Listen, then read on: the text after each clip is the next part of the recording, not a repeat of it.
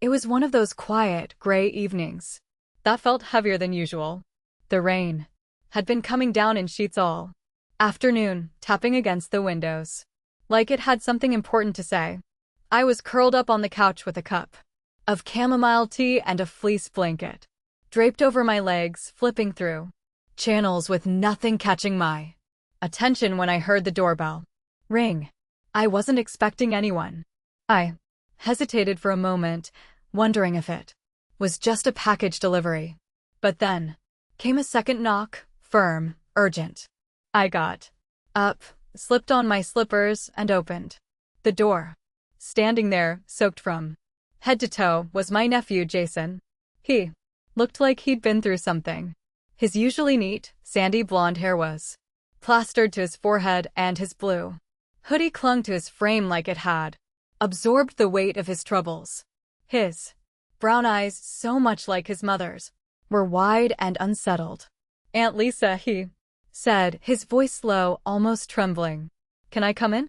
"Of course," I said, quickly, stepping aside. He moved past me and stood awkwardly in the entryway.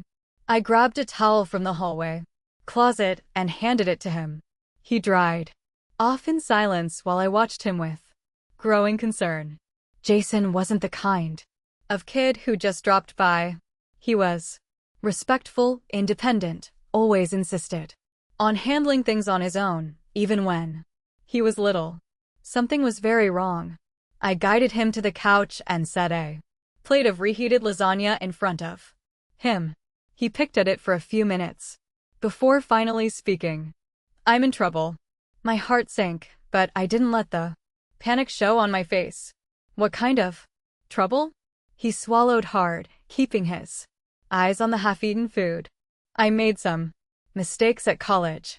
Not with school stuff. I mean, classes are fine. It's everything else that's messed up." I didn't interrupt. I knew he needed space to let it all out. I got in with some people I thought they were cool at first, guys in my dorm who always had money through the best parties. They started inviting me out, and I didn't want to say no. I felt like I finally belonged somewhere. He paused, gripping his fork tightly. Then came the favors. At first, it was little stuff. Drive someone somewhere. Let them use your room for a night. Pick up a package. Nothing illegal. Or so I thought. But it wasn't innocent. I didn't realize what I was mixed up in until it was too late. My throat tightened, but I kept my voice calm. "What happened?"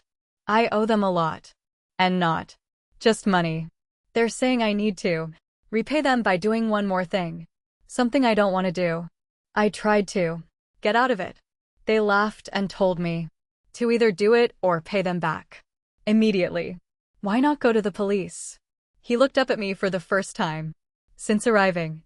His eyes were red. "Because if I go to the cops, they'll release stuff, videos, photos, messages. Stuff that'll ruin me." I was stupid, I said, and did things I didn't understand the consequences of at the time. "And your parents?" He shook his head. "They'd freak out. Dad would lose it. Mom would cry. I don't want to disappoint them." He leaned forward, his voice dropping to a whisper. "I didn't know who else to go to. I thought maybe you could help. You've always been the one person in this family who sees me." That broke me a little inside. Jason was a good kid. He didn't deserve this. "What exactly do you need me to do?" He hesitated. "They want to meet tomorrow. Just a quick talk," they said, "but I know what that means. I don't want to go alone." He paused, looking embarrassed. "Would you come with me? Just be there. Maybe talk to them. You're smart. Maybe you can say something that makes them back off." I should have said no. I should have told him this was beyond me. But looking at him, my sister's son, the boy who used to build Lego towers in my living room, I couldn't turn him away. "All right," I said, surprising both of us. "Tell me where and when." The relief in his eyes was instant.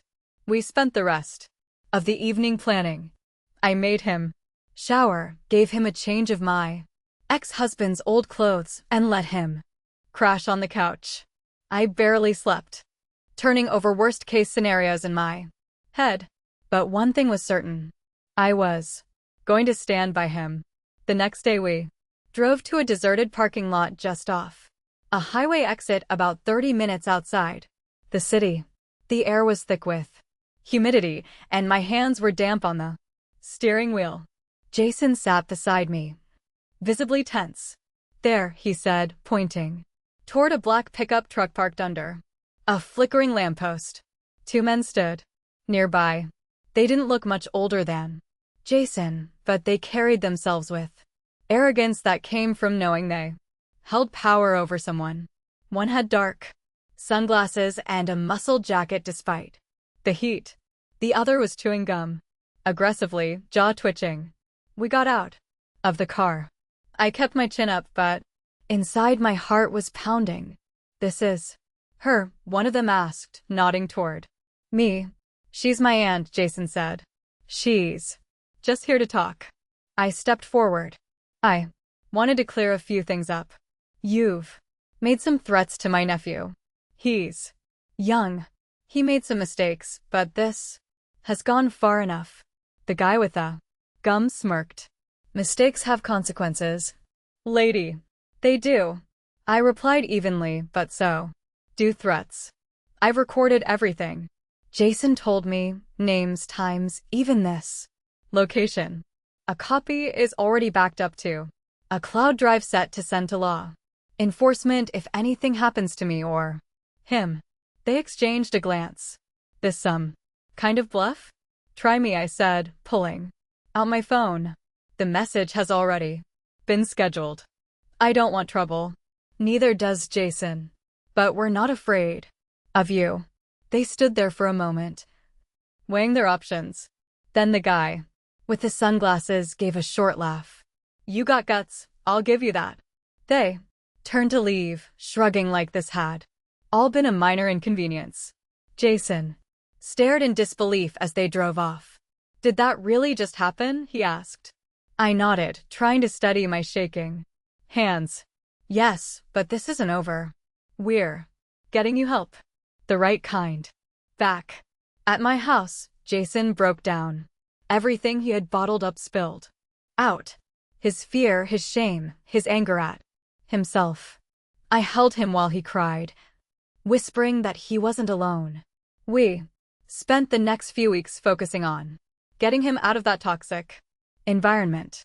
He withdrew from the university temporarily and started therapy. With support, he slowly rebuilt himself. A few months later, he sent me a handwritten letter. In it, he said something that stayed with me forever. "Thank you for being the person I could run to when it felt like my whole world was falling apart. I thought asking for help made me weak. But you showed me that strength can look like a warm meal, a steady voice, and someone who stands by you no matter what." Jason eventually returned to school, but at a new campus. With a clean slate, he found healthier friendships, joined a volunteer group, and even began mentoring younger students about peer pressure and making better choices. And me, I learned something too. Sometimes being an adult doesn't mean having all the answers. Sometimes it means being willing to stand in the storm with someone else until they find their way out. That rainy night when Jason showed up on my doorstep changed everything for both of us. Because the first time my nephew asked for help, I did something I never imagined I'd do. I became his anchor, and I'd do it all over again.